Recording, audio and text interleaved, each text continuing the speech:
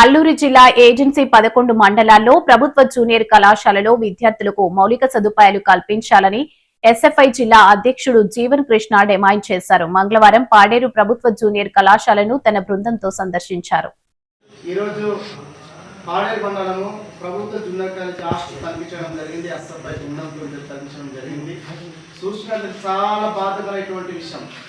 Tribal పిల్లలు కనీసం fan లేనటువంటి పరిస్థితి, దోమలు ఈగలతో ఇక్కడ బాధపడే పరిస్థితి. ఇక్కడే జిల్లా అధికారులు, జిల్లా ప్రభుత్వం ఇక్కడే ఉంది, కనీసం ఉన్నారు. రోజు కూడా హాస్టల్లో వచ్చి పిల్లలకి ఎలా ఉంది ఏంటని ఇక్కడ ఎంక్వైరీ చేయని పరిస్థితి ఈరోజు ఉంది. చూసినట్లయితే బాత్రూములు ఎంత ఘోరంగా ఉంది. ఇక్కడ మరుగుడుడ్లు ఆయన ఒకటే 250 మంది మరుగుడుడ్లే ఉన్నాయి. చాలా ప్రాబ్లం ఉంది. ఇటువంటి సరైన భోజనాలు కూడా కొండకి భోజనం మెను ప్రకారం అమలు చేయలేదు. ఇటువంటి కూడా చెప్పడం జరుగుతుంది. పిల్లలు కనీసం భోజనం టైం కానీ ఫుడ్ టైం కానీ వాటర్ పెట్టాలి లేదని కూడా చెప్పడం జరిగింది. ఇది చాలా బాధాకర విషయము. ఈ జూనియర్ కాలం కనీసం డైలింగ్ వర్షాకాలం డైలింగ్ లేదు. కనీసం వర్షాకాలం కూడా తరచుకొని మలేరియా, టైఫాయిడ్, జ్వరంతో పట్టించే రోజులు ఉన్నాయి. అయ్యా రాష్ట్ర కేంద్ర ప్రభుత్వము ఈసారి సిగ్గుసేటని అడుగుతున్నా, ప్రశ్నిస్తున్నాను. ఇంత గిరిజన పిల్లలు అంటే ఎంత అన్యాయంగా సుఖాన్ని చూస్తారని అడుగుతున్నాను. తప్పకుండా ఇక్కడ ఎడ్డుకోట జిల్లా ఎడ్డుకోట ఇది పాడేరు ఏజెన్సీ ప్రాంతంలోని ప్రభుత్వ జూనియర్ కాలేజీ చాలా తీవ్రమైనటువంటి ప్రాబ్లం ఉంది. దాదాపు నెల రోజులు ఏ పాఠశాలకు కూడా మెరుగైన భోజనాలు లేవు, మెరుగైన వసతులు లేదు, మెరుగైన వాటర్ లేదు, మెరుగైన హెల్త్ వర్కర్ లేదు. ఏ సమస్యలు పెట్టి కూడా పాఠ్య పుస్తకాలు కావచ్చు, నోటు కూడా ఎక్కడ కూడా ఇటువంటి పరిస్థితి ఉంది. ఇది మేము తప్పకుండా హెచ్చరిస్తున్నాము. అన్ని పాఠశాలలు తనిఖీ చేసి ఉద్యమాలు చేస్తాము. నిరంతరంగా ఐటీడీ వంటి ప్రభుత్వం కూడా ఇక్కడ కలవడం జరుగుతుంది. అధికారులు కావచ్చు, ప్రభుత్వం కావచ్చు, అన్ని పాఠశాలలు కూడా మీరు తప్పకుండా తనిఖీ చేయండి. ఇక్కడే జిల్లా అధికారులు కూడా కాదు, పాఠశాలలో వెళ్ళండి, పాఠ సమస్యలను తెలుసుకోండి. అయ్యా మీ ప్రెసిడెంట్ కలెక్టర్ గారు, అయ్యా పిఓ గారు, అయ్యా అధికారులు, అయ్యా ప్రభుత్వము అని హెచ్చరిస్తున్నాం. మేము తప్పకుండా మీరు వెళ్ళి మీ పాఠశాల వెళ్ళండి. 6వ తరగతి పిల్లలంటే పాపం చాలా మంది జీవితలేని పరిస్థితి. వాళ్ళు ఏం చేయాలో పాపం కొన్ని పాఠశాల కుదించేసారు.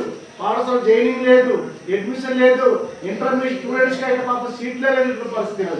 ఆడపిల్లలు చాలా మంది ఇంట్లో ఉన్నారు. బాలయ్య వాళ్ళు ఆపుతారా, పెళ్లి జరుగుతుందని ఆలోచిస్తున్నాము. ఒక కాలేజ్ ఏర్పాటు చేయాలి. విద్యాశాఖ మంత్రి గారు ఆలోచించండి. 2 రోజులు మీరు ఆలోచించి ప్రైవేట్ కేటాయించండి. రాష్ట్ర వ్యాప్తంగా కేటాయించండి. అయ్యా విద్యాశాఖ మంత్రి నారా లోకేష్ గారు ప్రశ్నిస్తున్నా, మీకు ఏ పాఠశాల బాగాలేదు, కళాశాల బాగాలేదు, నోటు బుక్కులు లేవు, పుస్తకాలు లేవు, సరే మెరుగైన భోజనాలు లేవు, మెరుగైన బస్సులు లేవు, ప్రతి హాస్టల్ గ్యాసులు లేని పరిస్థితి రోజు ఉంది.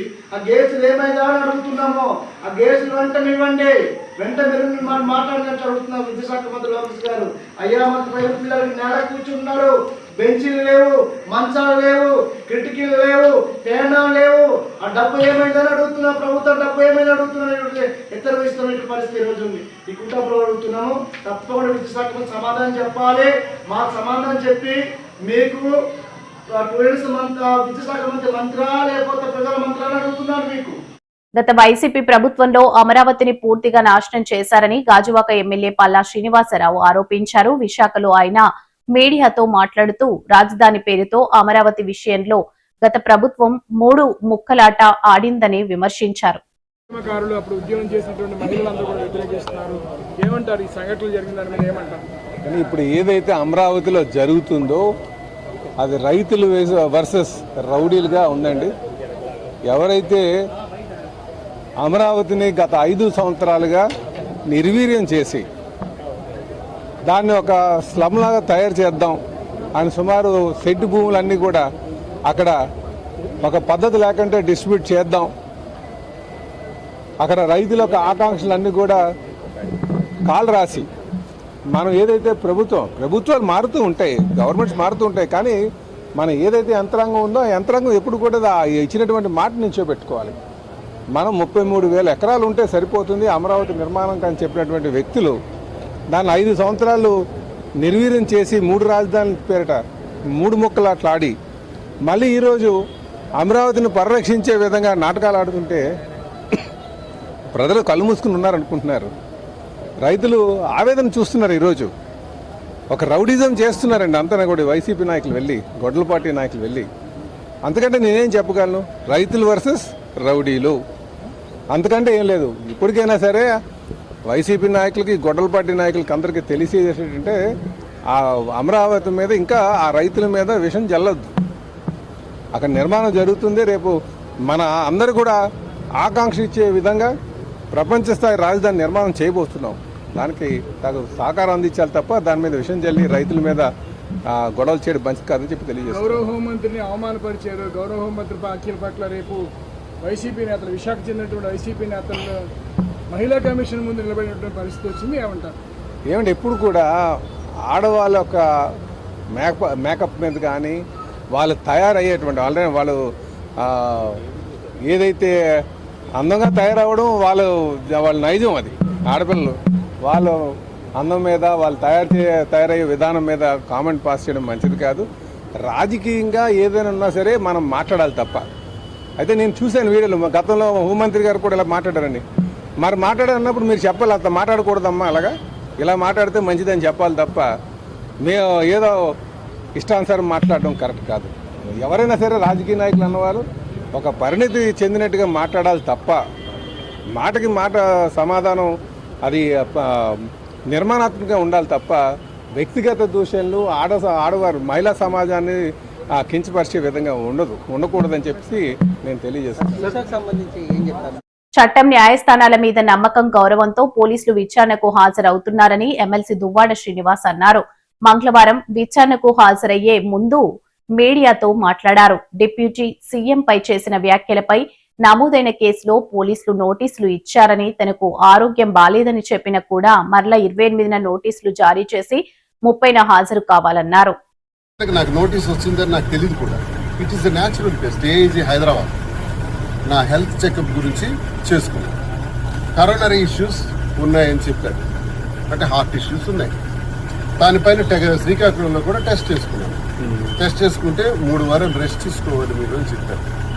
ఈ పరిస్థితుల్లో నాకు 4 వారాలు టైం ఇవ్వండి అన్నారు. 4 వారాలు టైం ఇవ్వండి అంటే నోనో మళ్ళీ మీరు వచ్చేయాలని చెప్పి 28 నోటీస్ ఇచ్చారు. 28 నోటీస్ ఇచ్చి 30లోకి హాజరు కావాలన్నారు. హాజరవుతున్నారు. చట్టాన్ని గౌరవించే వ్యక్తిగా హాజరవుతారు. ఇవాళ ఏం చేస్తారో చెప్పండి. 35 క్లాస్ 3 నోటీస్ ప్రకారం ఇన్నిసార్లు పిలవచ్చా?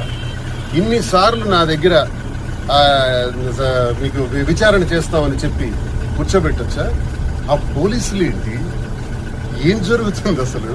టెక్కల్లో కొన్ని వందల మంది పోలీసుల్ని అక్కడ సరుబుజ్జిల మండలంలో కానీ కొత్తూరులో కానీ, కొత్తూరులో 200 పైచిలకు పోలీసులు పెట్టారంట. తిరుమండలంలో మండలం చుట్టూ పోలీసులేనంట. నేను వెళ్తున్న దారి మార్గంలో మొత్తం పోలీసు పెట్టారంట.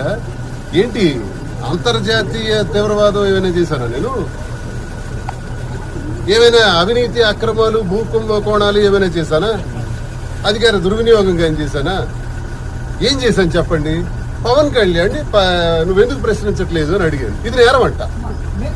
పవన్ కళ్యాణ్ ప్రశ్నించడం మరి నేరం అయితే మరి జగన్మోహన్ రెడ్డి గారిని ఇష్టం వచ్చినట్టు తిడుతున్నారు కదా. అతన్ని సైకో అంటున్నారు, గొడ్డల పార్టీ అంటున్నారు, ఎక్కి తొక్కి నారతేస్తా అంటారు, తొక్కేస్తా అంటారు, భూగోళానికి పాతాళానికి తొక్కేస్తా అంటారు. ఇన్ని రకాలు మాట్లాడుతున్నారు. మరి సోషల్ మీడియాలో నేను చెప్పిన మాటే ఒకవేళ నేరం అయితే మరి ఇంతమంది మాట్లాడుతున్నటువంటి మాటలు నేరం కావా? ఇది పరిశీలించాలి. పవన్ కళ్యాణ్ గారు కూడా నిన్న మాట్లాడుతూ ఒక మాట చెప్పారు. ఆ మాటల్లో ఆయన ఏమంటున్నారంటే ఆ ఎమ్మెల్యే నాకు తెలియదు. ఓకే, అది మీ అజ్ఞానానికి నిదర్శనం. దువ్వాడ శ్రీనివాస్ గారు తెలియాల్సిన పని లేదు. మీరు ఒక ముఖ్య డిప్యూటీ చీఫ్ మినిస్టర్గా అసెంబ్లీలో ఎంతమంది ఎమ్మెల్యేలు ఉన్నారు, ఏ పార్టీ వాళ్ళు ఉన్నారు, ఎమ్మెల్సీలు ఎంతమంది ఉన్నారు అన్నది తెలుసుకోవాల్సిన అవసరం ఉంది కదా. అది తెలియదు అంటున్నారు. ఓకే, అది మీ తెలియనితనానికి నిదర్శనం. కానీ పవన్ కళ్యాణ్ ఇంకో మాట కూడా ఆడారు. నాకు ఆ మాట నచ్చింది. ఏమన్నారంటే ఇది నా మీదే పెట్టిన కేసట, నా కోసం పెట్టిన కేసంట, నేను తిట్టానని పెట్టారంట, నన్ను దువ్వాడ శ్రీనివాస్ తిట్టాడని పెట్టారంట. ఈ విషయం నాకు తెలియదు అన్నారు. నేనెవరినైనా విమర్శించేటప్పుడు చంద్రబాబు నాయుడు గారిని విమర్శించినా, పవన్ కళ్యాణ్ గారిని విమర్శించినా నేరుగా వాళ్ళు నా మీద కంప్లైంట్ పెట్టాలి. వాళ్ళు పెట్టలేదే. పైగా పవన్ కళ్యాణ్ నాకు తెలీదు అంటున్నారే. జనసేన పార్టీ ప్రజాస్వామ్యానికి విలువనిస్తుంది. పార్టీ నిర్మాణంలో అంతర్గత ప్రజాస్వామ్యాన్ని బలంగా ఆచరించే విధానం పవన్ కళ్యాణ్ కే సాధ్యమని జనసేన నిర్మాణ సారథుల సమాచార సేకరణల కమిటీ కేంద్ర కార్యాలయ సమన్వయకర్త డాక్టర్ సందీప్ పంచకర్ల అన్నారు. తర్వాత నుంచి కూడా 5 నుంచి 6 వారాల సమయంలో దాదాపు 90 నుంచి 100 అడుగులు పైకి ఎదుగుతుందండి. ఆ 90 నుంచి 100 అడుగులు ఎత్తుకు ఎదగడానికి దానికి కావాల్సిన సమయం కేవలం 5 నుంచి 6 వారాలు మాత్రమే. కానీ ఈ రైతు పడ్డ కష్టం ఎన్ని సంవత్సరాలు మీకు తెలుసా? 5 సంవత్సరాల కష్టం. ఈ 5 సంవత్సరాల కష్టం ఎవరికి కనపడదు. ఈ 5 సంవత్సరాల కాలాన్ని చూసే వ్యక్తులు ఏమంటారంటే ఈ రైతు నాటాడు కానీ ఎటువంటి ఫలితాలు రాలేదనుకుంటారు. ఎవరైతే ఈ చైనీస్ బ్యాంబూ విత్తనం మొలకెత్తే సమయం నుంచి 5 వారాల పాటు చూస్తారో చాలా అదృష్టవంతుడితను ఏ పని చేయకుండానే 5 వారాల్లో 100 అడుగులు చెట్టుని ఇతను నాటేశాడని చెప్పి అనుకుంటారు. కానీ ఆ రైతు పడ్డ కష్టం 5 సంవత్సరాల 5 నెలలండి. ఈ 5 సంవత్సరాల 5 నెలలు పవన్ కళ్యాణ్ గారి విషయంలో తీసుకుంటే కనుక దాదాపు పుష్కర కాలం పాటు 2008 నుంచి కూడా కామన్ మ్యాన్ ప్రొటెక్షన్ ఫోర్స్ అనే ఒక వ్యవస్థని స్థాపించి ఆ రోజు నాటి నుంచి యువరాజ్యం అధ్యక్షుడిగా ఆ రోజు ఆయన చేసిన శ్రమ, జనసేన పార్టీని 2014లో స్థాపించినటి నుంచి కూడా ఆయన పెట్టిన కృషి, దానికి ఫలితమే జనసేన పార్టీ ఈ ఎన్నికల్లో 21 స్థానాలు గెలవడం. దాని ఫలితమే ఈరోజు రాష్ట్ర వ్యాప్తంగా కూడా మారుమూల ప్రాంతాల నుంచి గ్రాస్ రూట్ లెవెల్స్ నుంచి నాలాంటి యువకుల్ని పైకి తీసుకొచ్చి ఈరోజు మీ ముందు నుంచో పెట్టి నిన్న మీకు సీకే కన్వెన్షన్లో తీసుకుంటే కనుక దాదాపు 825 మందిని రాష్ట్ర వ్యాప్తంగా పవన్ కళ్యాణ్ గారు హ్యాండ్ పిక్ చేసి, అంటే ఏ విధంగా అయితే కనుక ఒక సీడీ యొక్క గుణగణాలను చూసి దాని ప్రొడక్ట్ని చూసి టెస్ట్ చేసి ల్యాబొరేటరీ టెస్టెడ్ అని చెప్పి మనం సర్టిఫై చేస్తామో ఆ విధంగా ఇన్నేళ్ల పాటు టెస్ట్ చేసి యువతీ యువకుల్ని ఆయన ఎన్నుకుని వాళ్ళకి ఈరోజు రాష్ట్ర స్థాయిలో గుర్తింపు తీసుకొచ్చారు. మరి మీరు తీసుకుంటే కనుక అరకు ప్రాంతం నుంచి బాబురావు అనే ఒక వ్యక్తి, మారుమూల ట్రైబల్ కుర్రవాడు. అదేవిధంగా భీమిలి నియోజకవర్గం నుంచి ఒక టీ షాప్ నడుపుకునే శివ అనే వ్యక్తి, తెనాల నుంచి టైలరింగ్ వర్క్ చేసుకునే ఒక శివకుమార్ అనే వ్యక్తి. ఇలా వీళ్ళందరినీ కూడా రాష్ట్ర స్థాయిలో జనసేన పార్టీలు ఈరోజు మనకి జనసేన పార్టీ నిర్మాణ బాధ్యతలు అప్పచెప్పారు. మరి కాబట్టి ఈ నిర్మాణ బాధ్యతల్లో ఎటువంటి కార్యక్రమాలు నిర్వహిస్తాం అనేది ఈ విషయాన్ని మీ అందరికీ నేను తెలియజేస్తాను. సో దీంట్లో భాగంగా మనకి పవన్ కళ్యాణ్ గారు, మా అధ్యక్షులు పవన్ కళ్యాణ్ గారు ఒక కమిటీని నియమించారండి. దీంట్లో కమిటీలో 28 సభ్యులు ఉంటారు. ఈ సభ్యులు మొత్తం మీద కూడా ఒక అబ్జర్వర్, దాంతోపాటు 3 సీనియర్ నాయకులు, 3 సాధక్ రిప్రజెంటేటివ్స్, దాంతోపాటు 21 మంది సాధక సభ్యులు. సో వీరందరినీ కలుపుకుంటే కనుక ఒక పార్లమెంట్కి 28 మంది సభ్యుల్ని అధ్యక్షులు పవన్ కళ్యాణ్ గారు ఈ సమాచార సేకరణ కమిటీ కింద నిర్ణయించడం జరిగింది. సో మన రాష్ట్రంలో ఉన్న 25 పార్లమెంట్లు కూడా ఈ కమిటీ ఆల్రెడీ నిన్న రాత్రికే చేరుకుంది. ఈ రోజు ఉదయం నుంచి అంటే జూన్ 29 నాటి నుంచి కూడా 5 రోజుల పాటు ఈ కమిటీ వాళ్ళ కార్యక్రమాన్ని పూర్తిగా విధి విధానాలతో పాటు నడుపుతూ ఉంటారనమాట. సో ఈ కమిటీలో ఎవరైతే ఉన్నారో ప్రతి ఒక్క వ్యక్తి కూడా సమాన గౌరవంతో వారందరూ కూడా మన కార్యక్రమాలు పాల్గొంటారు. సో వీళ్ళు 5 రోజుల్లో చేయవలసింది ఏంటంటే రాష్ట్ర ప్రజలకు దశాబ్దాలుగా సేవలు అందిస్తున్న ఆర్టీసీని బలోపేతం చేయాల్సిన ప్రభుత్వం ఇప్పుడు దాన్ని ప్రైవేటు సంస్థల చేతుల్లో పెట్టేందుకు కుట్రపూరితంగా వ్యవహరిస్తుందని వైఎస్ఆర్సీపీ నాయకులు విమర్శించారు. విజయవాడ, విద్యా ధరపురం ఆర్టీసీ డిపోను సందర్శించిన మాజీ మంత్రులు, వైసీపీ నేతలు తదితరులు కూటమి ప్రభుత్వ తీరుపై మండిపడ్డారు. కూల్చివేయడం కూడా జరిగింది. ఇదేనా మేము చేసే పరిపాలన అంటే? దోచుకోవడం కాదా ఇదంతా కూడా? ఇది విధ్వంస పరిపాలన అంటే? ఏది కూటమి ప్రభుత్వం చేసేది విధ్వంసం చెప్పడానికి ఇది కాదా ఉదాహరణ?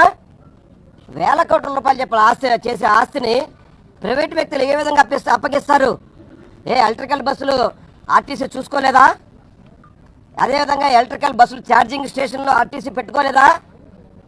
అదేవిధంగా ప్రైవేటు సంస్థకి ఇచ్చేప్పుడు ప్రైవేటు స్థలాల్లో పెట్టుకోవచ్చు కదా. ఎందుకు ప్రభుత్వ స్థలాన్ని కబ్జా చేస్తున్నారు మీరు?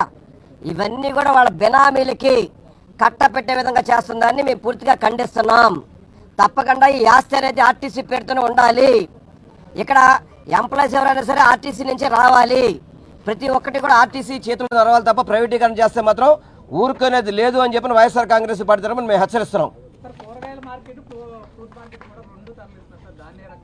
ప్రతి ఒక్కటి కూడా వీళ్ళకి ఏంటంటే సిటీలో ప్రతి ఒక్క వాల్యూ రేట్లు పెరిగిపోయినాయి. ఆ స్థలాల మీద వీళ్ళ కన్నుపడింది. స్థానిక ప్రజాప్రతినిధులు కావచ్చు, ఎంపీలు కావచ్చు, ఎమ్మెల్యేలు కావచ్చు, ఏ స్థలం దోచుకోవాలని చెప్పున్నారు తప్ప ఏ ఒక్క ప్రజానికానికి కూడా ఉపయోగపడే విధంగా వీళ్ళు చేయట్లేదు. ప్రతి దాన్ని కూడా మేము అడ్డుకుంటాం. తప్పనిసరిగా ప్రజలకు న్యాయం చేస్తాను మాత్రం మేము వాళ్ళ ద్వారా పోరాటం చేస్తాం. ఈరోజు ఈ కూటమి ప్రభుత్వం అధికారంలోకి వచ్చిన తర్వాత ప్రతి జిల్లాలో కానివ్వండి, ప్రతి నగరంలో కానివ్వండి, ఖరీదైన ప్రభుత్వ స్థలాలు కానివ్వండి, లేకపోతే ఆర్టీసీ స్థలాలు ప్రైవేట్ వ్యక్తుల చేతుల్లో పెట్టే విధంగా అంటే ఎంత దిగజారిపోయిన రాజకీయాలంటే నారా లోకేష్ గారు మాట్లాడుతూ 99 పైసలకే మీరు స్థలాలు ఇస్తున్నారు కదా అని అడిగితే మేము ఇస్తాం, ఏం చేసుకుంటే అది చేసుకోండి అని చెప్పని, ఎంతైనా ఇస్తాం, మా ఇష్టం అని చెప్పి ఏం చేసుకుంటే అది చేసుకోండి అని చెప్పని సిగ్గు లేకుండా ఈరోజు మాట్లాడే విధానం చూస్తుంటే ఇంతకన్నా నీచమైన రాజకీయం ఇంకోటి ఉంటుందని చెప్పి అడుగుతుంది. గతంలో విజయవాడ ప్రాంతంలో లూలు మాల్ కోసం ఖరీదైన స్థలం, ఏలూరు రోడ్లోనే అత్యంత ఖరీదైన స్థలం ఆర్టీసీ డిపో స్థలాన్ని లూలు మాల్ కోసం కేటాయించడం జరిగింది. ఆ రోజు వైఎస్ఆర్ కాంగ్రెస్ పార్టీ నాయకులు కానివ్వండి, మా పార్టీ కానివ్వండి, దానికి వ్యతిరేకంగా పోరాటం చేస్తే మళ్ళీ ప్రభుత్వం వెనక్కి తీసుకోవటం, మళ్ళీ ఈరోజు విద్యాధరపురంలోని ఖరీదైన స్థలం, 1000 కోట్లు ఖరీదయ్యే స్థలాన్ని ఈరోజు మళ్ళీ ప్రైవేట్ వ్యక్తులకి కట్టబెట్టే విధంగా ఈరోజు చంద్రబాబు నాయుడు, పవన్ కళ్యాణ్.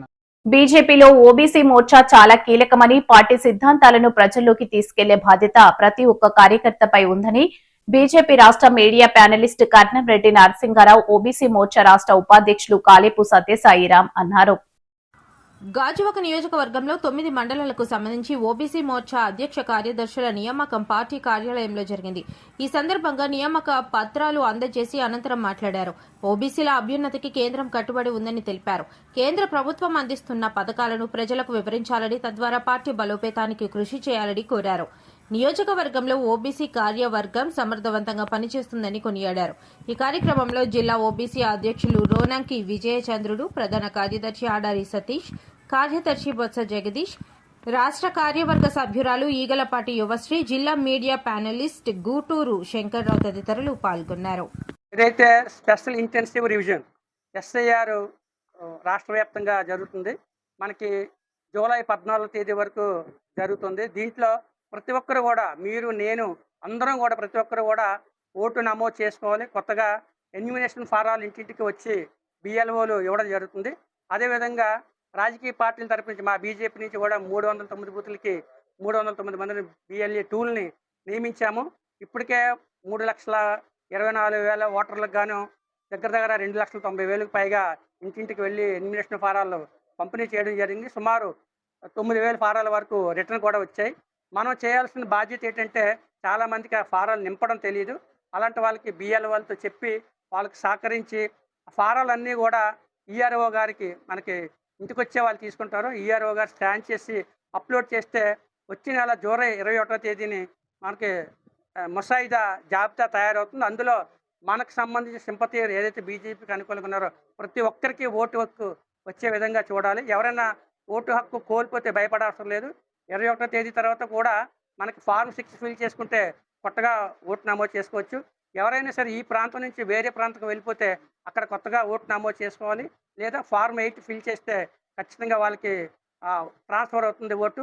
ఎవరైనా మరణిస్తే, చనిపోయినా అలాంటి వాళ్ళ ఓట్లన్నీ కూడా తొలగించాలంటే ఫార్మ్ 7 ఫిల్ చేయాలి. ఇవన్నీ కూడా బిఎల్ఏ టూల్కి, బిఎల్ఓలకి అందరూ తెలుసు.